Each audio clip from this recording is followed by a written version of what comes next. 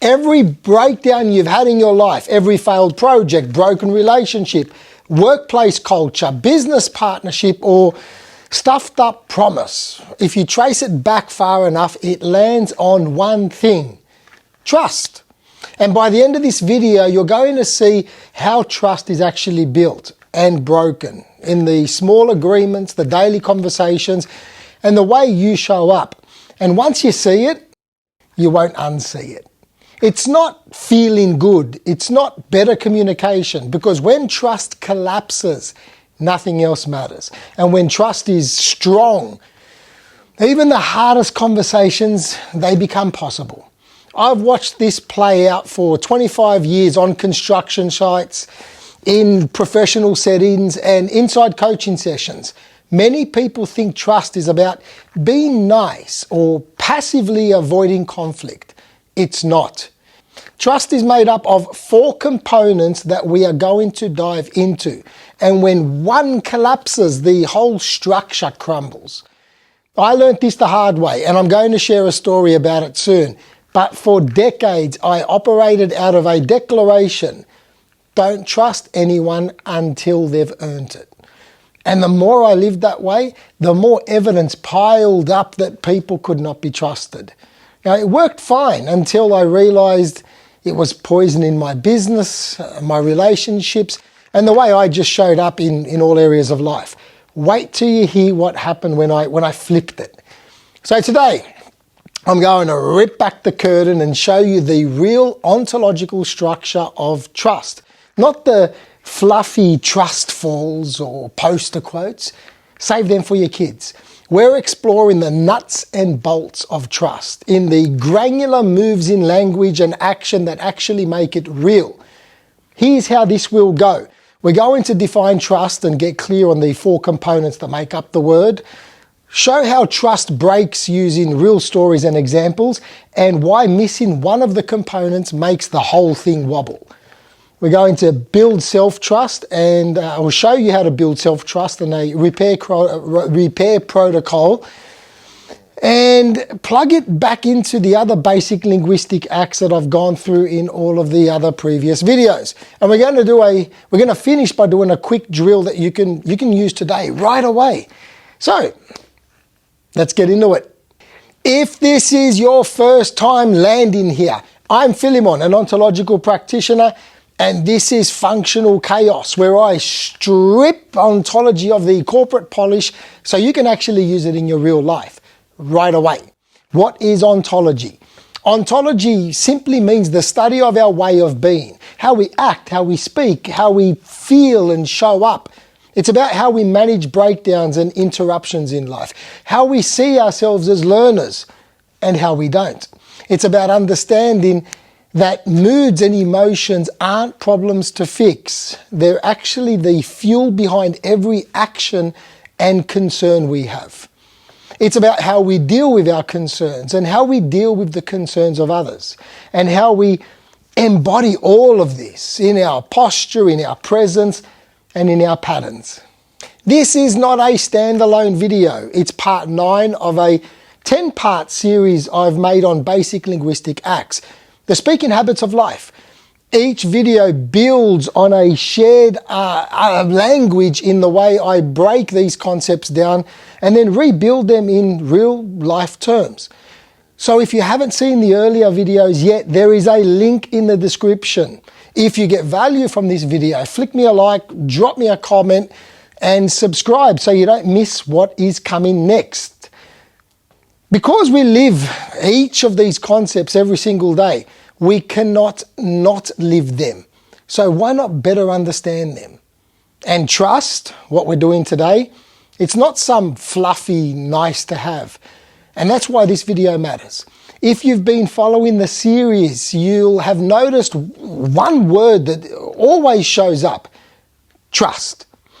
Every linguistic act either builds trust or erodes it. It's not some fluffy nice to have. That's why it isn't just some bonus topic that I've tacked onto the end. It's the thread that ties this whole series together. Alan Seiler from the Ontological Coaching Institute defines trust as The assessment that another person will take care of what we consider important. Let me say that again. Trust is an assessment. It's a judgment or an interpretation. That means trust isn't a fact. You can't measure it with a ruler or prove it in court. Trust lives in language, in the way we assess whether someone will take care of what matters to us. Trust lives in the opinions we make of people, how we measure them and judge them based on their actions, their words, and how they show up. This means that trust is deeply relational. It's not something you declare about yourself. You don't get to say, I'm trustworthy. Other people make that call about you. Also, trust is fragile. One slip, one broken agreement, and you will soon see how the whole thing can be destroyed in seconds. Trust is broken down into 4 components or domains. So what we're going to do is we're going to lay them all out. As you can see here, we've got the 4: sincerity, reliability, competence, and involvement or care. But also, we don't want to miss the missed consequences of these. For sincerity, we got manipulation, reliability, excuses. Competence, the consequence is frustration. And lastly, for involvement, it's indifference. I'm going to be whiteboarding lots of this. However, throughout the video, we're going to refer to these 4 core components. Let's start with sincerity. Do you mean what you say? And competence, do you have the skills to back it up? Reliability, will you follow through? And for involvement or care, do you care about what I care about? Now, let's go deeper on this.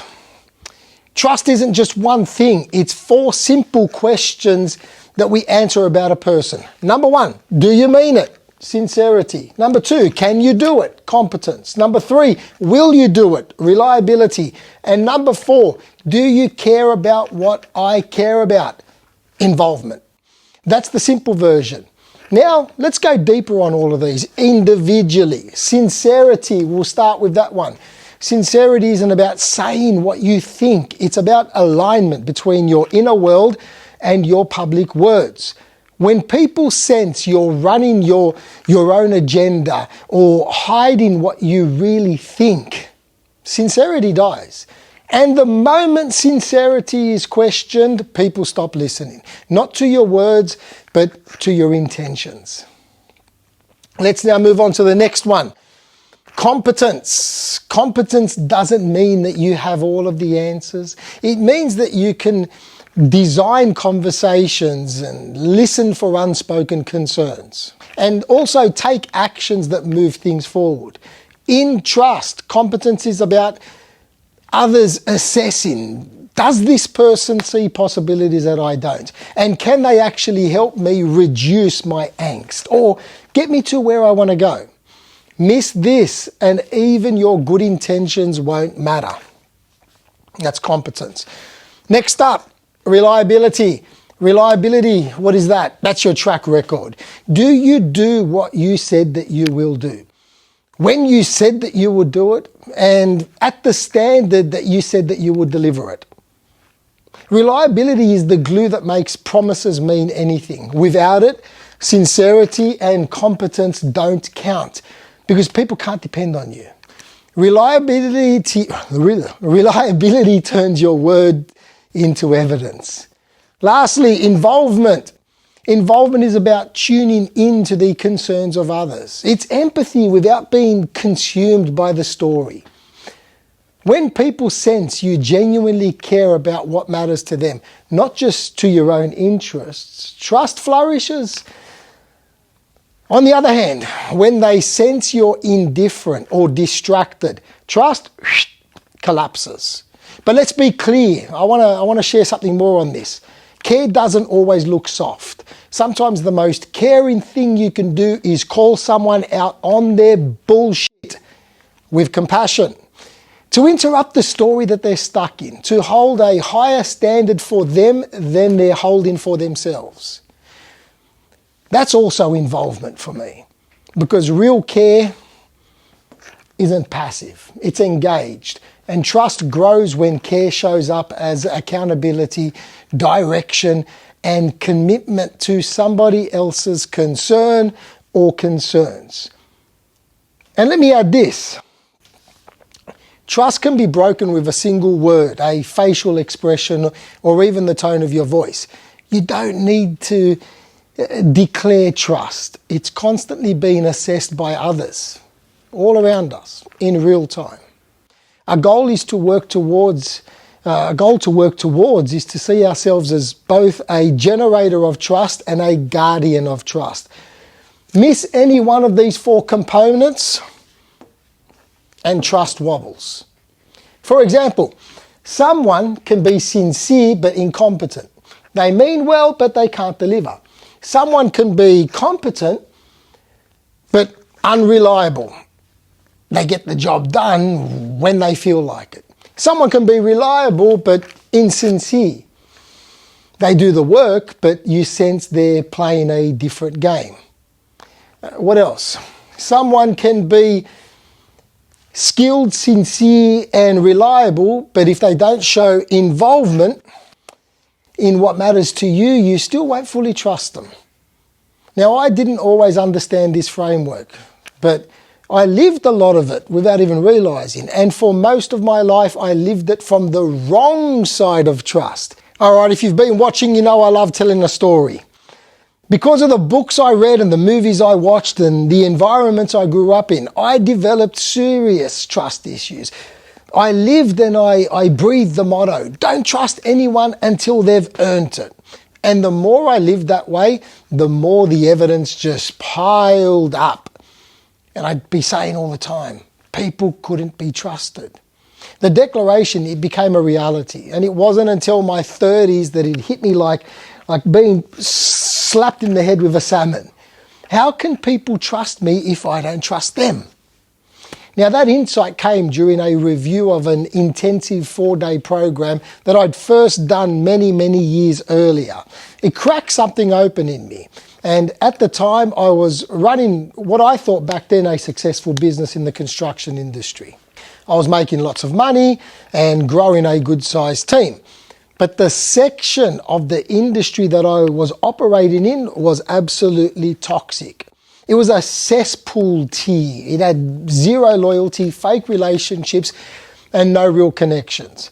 I didn't trust clients, and not knowing it at the time, I didn't trust the people who were even working for me. For that matter, I didn't even trust myself. On top of that, I didn't even trust my business coach at the time, who I invested loads of money into. I was constantly being taken advantage of. So what I would do was try to get the upper hand before they could screw me first. And of course, that's the kind of clients I attracted. I was always in arguments, threats, being ripped off. That was my everyday normal. Now, when I make changes, I like to be radical about it. I immediately go about exploring the total opposite. So I flipped the declaration from trust no one until they earn it to trust everyone until they prove otherwise. And I didn't just say it, I lived it. I led every conversation, every decision, every project from that place. And the changes, they were instantaneous. The argument stopped, the bullshit disappeared, the quality of clients improved. So many things were happening. We were landing bigger jobs, more established companies, and much better projects. I changed my way of being and people changed theirs. Very quickly, we started to scale. I didn't only change how I was with my clients, I also changed the way I was with the people that worked for me.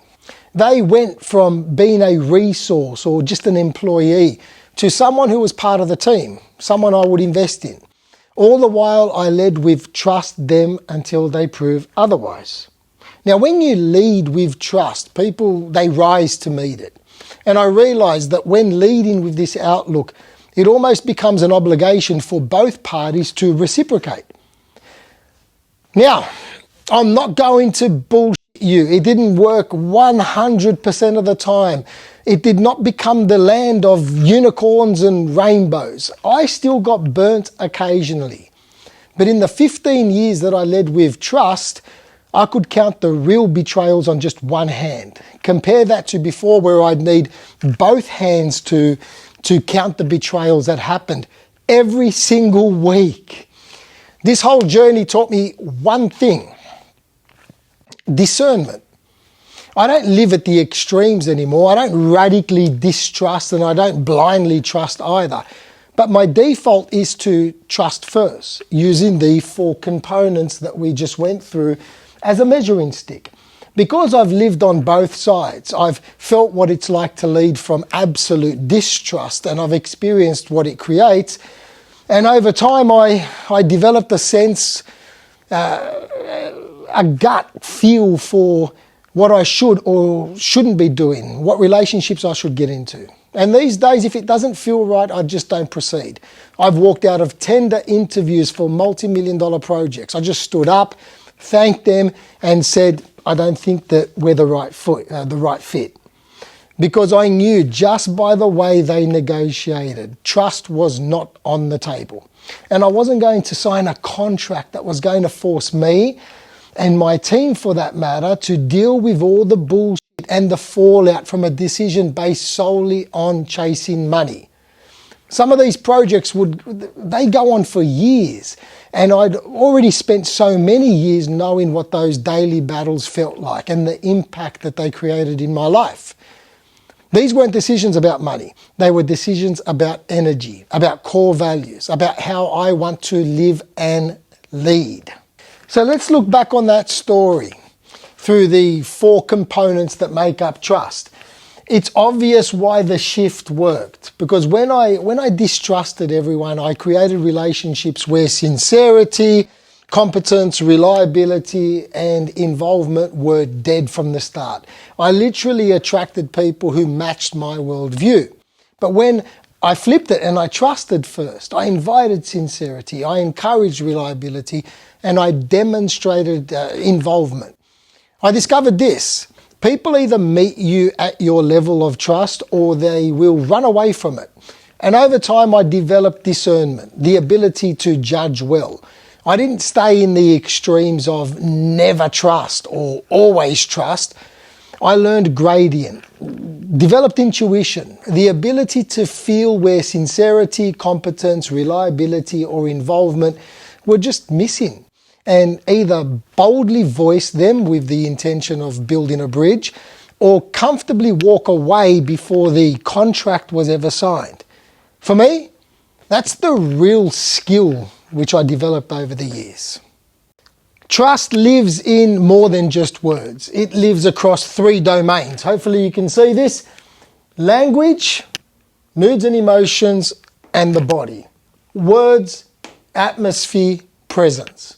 Right in the middle where they all come together, that's where trust is. Say all the right things, but if your body and emotions don't match, people will feel it. That's what I felt in those tender interviews where I shared in the story earlier. Their words were fine, but everything else screamed, don't trust this. I've seen trust break 1,000 different ways on construction sites, in coaching sessions, with friends, even at home. On a work site, I've seen a foreman promise the job is going to be done, but they don't check the drawings. When the mistake comes out, competence is gone. I've had mates swear that they're going to show up to help me move, whatever it may be, but they bail at the last minute. That's reliability shattered. I've watched business partners say the right things in meetings, but run a whole separate agenda behind the scenes. Sincerity, gone.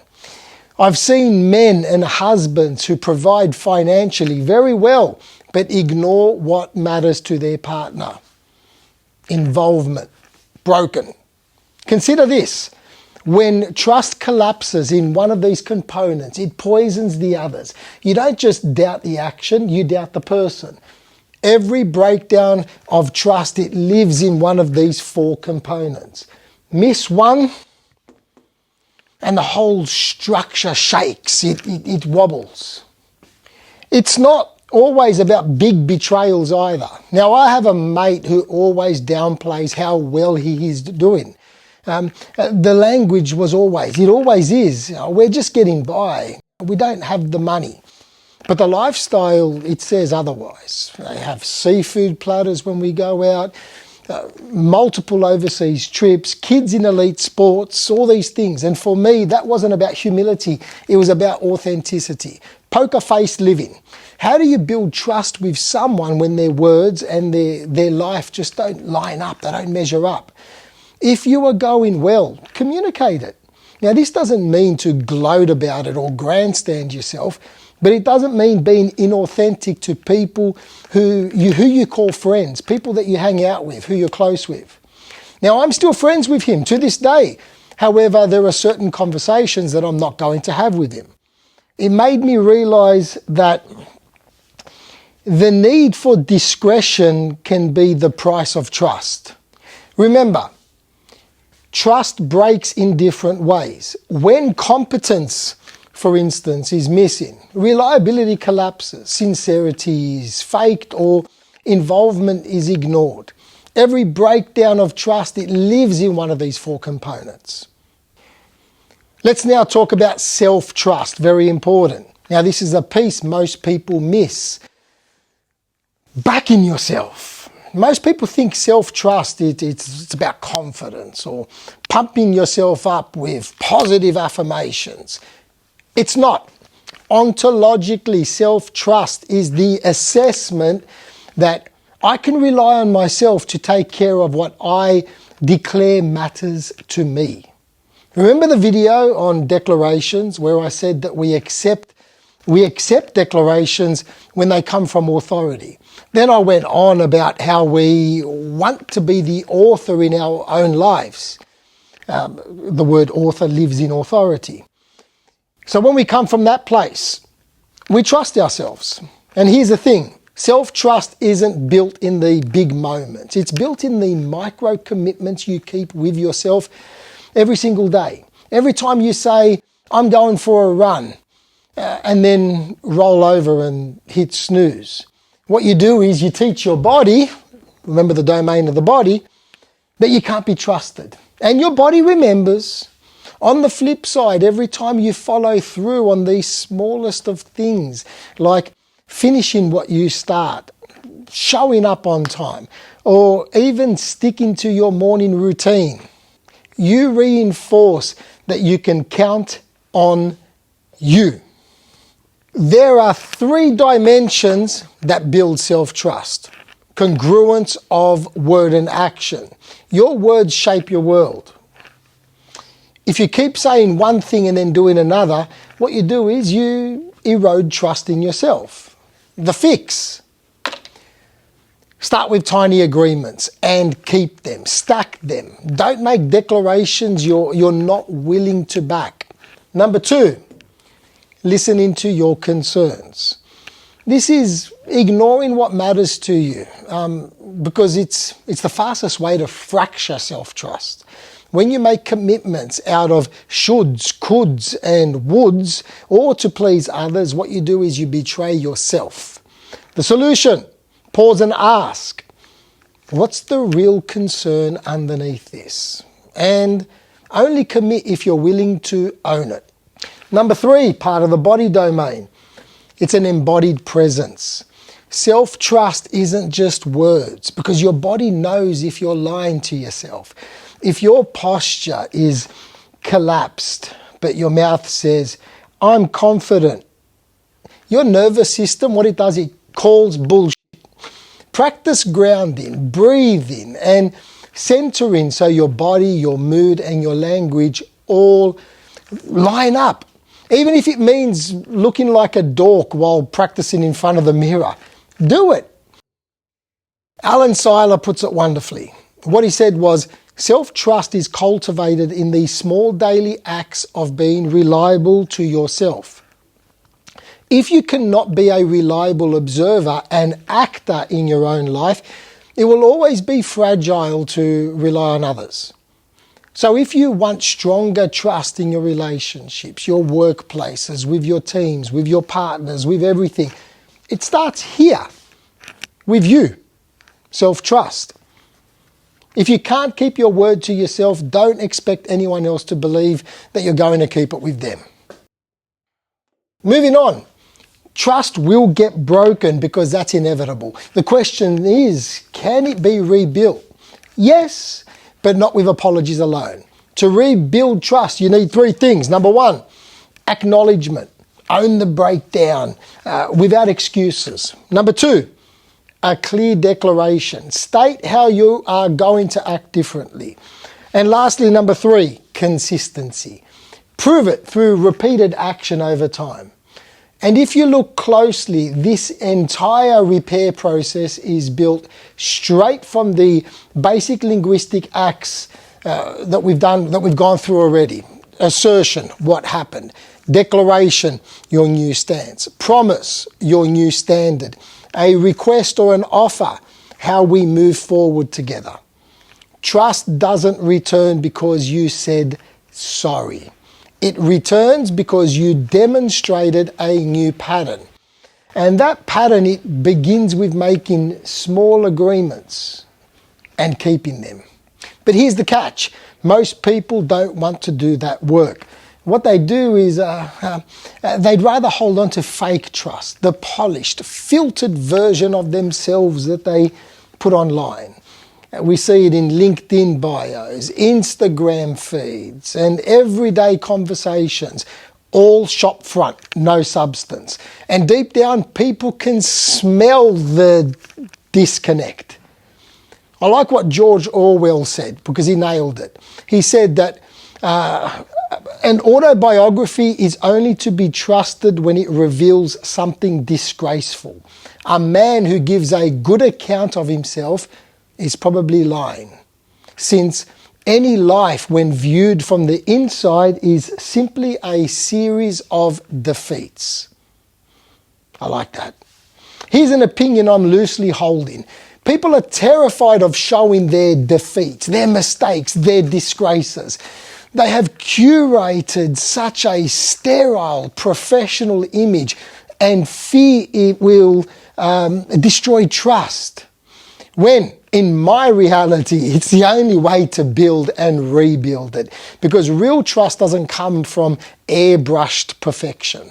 It comes from the gritty honesty of saying, here's where I stuffed up. Here is how I'm going to act differently. And here's me proving it, step by step. I actually taught this to my daughter the other day because she did something that was quite wrong, or something I didn't like. And I got upset, and she said, I'm sorry. I felt bad because the way she said sorry was full of sincerity. And I was still in it, and I go, sorry, I'm not going to accept it. I can't accept your sorry because this has been happening for 3 or 4 days in a row. I said, what we need is a change of behavior, and I want you to now go and write down how you're going to change that behavior, and I want you to come and tell me. Sometimes sorry just doesn't cut it anymore. Okay, let's run through a really quick practical drill for you to do. Think of someone you trust deeply. Now ask yourself, which one of the 4 components that we went through earlier, sincerity, competence, reliability, and involvement, do they consistently show? Go through, write it down. Then I want you to flip it. Think of someone you don't trust and which one of those 4 components did they violate. You're going to see a pattern instantly. And what this exercise does is it makes it clear that trust isn't mystical, it's practical. It lives in the behaviors and assessments that can be grounded. And if you're not familiar with the 5 steps in grounding assessments, it will definitely help if you want to understand trust, if you want to build it, rebuild it. So I invite you to go back to that video and check it out. I think it's part 6. So why does all of this matter? Because trust is the invisible currency that makes life work. Or it's the invisible credit score of your life.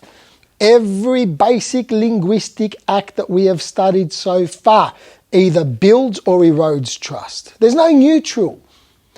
Without trust, every request is shaky. Every promise is hollow.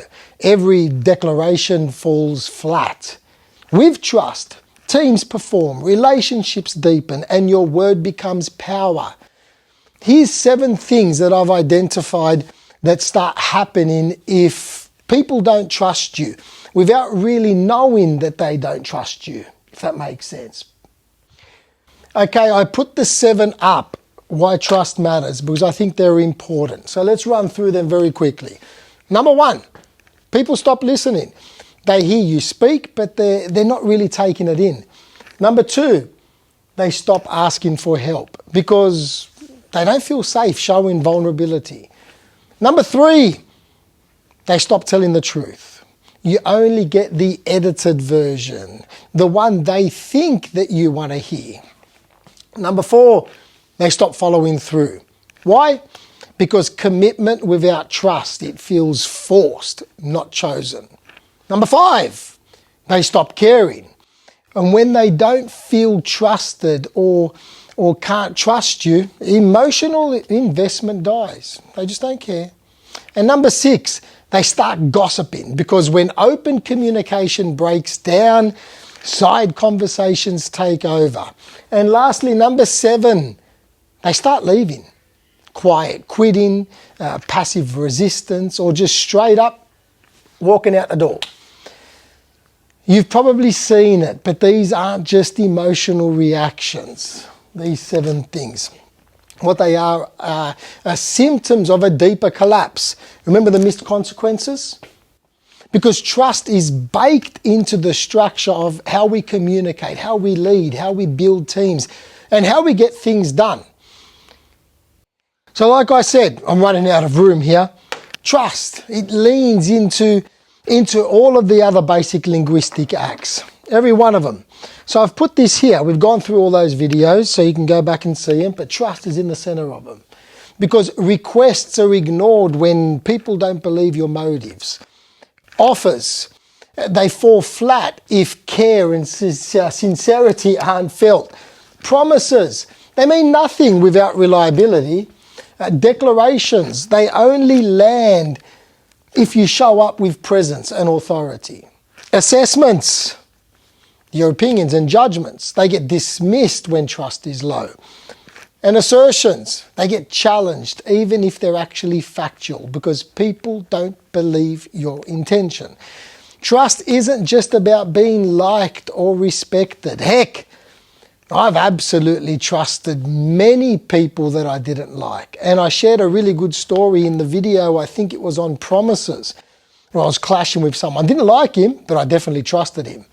It's the operating system behind every conversation that matters. That's why we built up to this in completing the series. Because without trust, nothing else really holds. When you make a request, you're not just asking for action. You're putting trust on the table. Do they mean it? Can they do it? Will they do it? Do they even care? That's sincerity, competence, and reliability and involvement. We need to see that trust is the foundation that every relationship stands on. Without it, even the clearest promises, they sink into suspicion.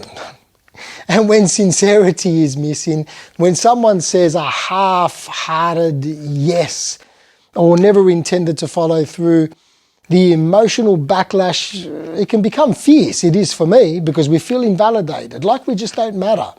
This goes beyond individuals. Culture itself is a network of conversations. Whether it's a family, a business, or even a whole industry, the boundaries of relationships are defined through conversations, through commitments, confidentiality, loyalty, and trust. If trust is missing, the culture that forms is going to be weak. And I've done that. I shared it in my story. It's going to be paranoid. It's going to be cynical, even if the people are competent. Also, at the heart of every coaching, teaching, and learning relationship, there needs to be mutual trust. The person being taught or coached has to trust that their dignity is protected, that the coach or the teacher won't push into places that they don't have permission to go. Likewise, the coach or the teacher has to trust that the other person is open to learn. They're willing to be a learner and they're going to show up in good faith. There is no coaching without reciprocal trust, and the same applies to leadership, to teams, all of our relationships and partnerships, even in the classroom. Zooming back out, trust is the foundation of productive conversations. Without it, coordination of action falls apart. Communication becomes inefficient, riddled with blame, cynicism, like I said earlier, and resentment. As an article in Harvard Business School put it, it said, trust may be just as important for economic prosperity as physical capital. And as Jeffrey Pfeiffer from Stanford Graduate Business School wrote, he said, the first prerequisite of effective teamwork is trust. To sum up why all this matters, when you look back on the whole series, remember this: trust isn't a side topic. It's the air that every one of the linguistic acts breathes. And to repeat myself, without trust, there are no real promises, no reliable offers, no valid assessments, no legitimate declarations, no commitments that are worth a damn. Trust is the non-negotiable. It is the foundation. And when it's solid, everything else, it just works. Okay, we're getting towards the end here. You probably notice I left a big gap in the middle, and it's for this, because this is really, really important, because we're going to really broaden things out right now. So far, we've explored trust between individuals, oneself, and inside teams or businesses, how to build it, how to rebuild it, all of these things. But trust doesn't stop there. The same principle scales all the way up to communities, industries, even entire societies, nations. Picture it like a simple pyramid, and let's call it the scale of trust. At the top, we have the self. And this is keeping your own agreements, your congruence of word and action. And then we start grouping them. And the first group is called close relationships. Here we have your family or partner, where trust is felt through intimacy, loyalty, and care. Then there's friends, where sincerity and reliability either deepen the bond or break it fast. Then we move to the next group, which is work and community. And in this group, we've got three things. We've got the teams or the workplace. This is where trust fuels coordination, competence, and reliability. They're all non-negotiables. Next, we have organizations, where culture and leadership live or die on credibility and shared values. Lastly, we have communities and local networks, where trust is woven into everyday life. Schools, clubs, neighborhoods. Lastly, there is the last group in the base of the pyramids, which I've labeled as broader society. And here we have the last three. Institutions, where trust in systems, law, healthcare, education, they all hold society together. Then we have country, or the nation, where trust shapes government, the economy, and even national identity. Lastly, when you zoom right out, there is humanity, global trust, where trust extends to things like trade, climate agreements, and international cooperation. Each layer leans on the one above it. If self-trust at the top is cracked, everything beneath it is going to feel it.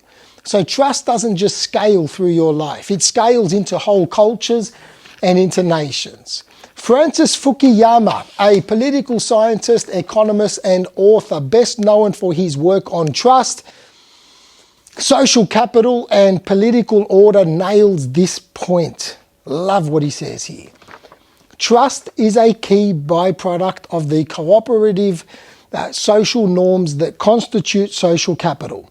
If people can be counted on to keep commitments, honor norms of reciprocity, and avoid opportunistic behavior, then groups will form more rapidly. And those that do form will be able to achieve common purposes more efficiently. Trust arises when people share norms of honesty and reciprocity, and hence are able to cooperate with each other. In other words, trust isn't some fluffy side dish. It's the main course. It's not just nice to have for relationships.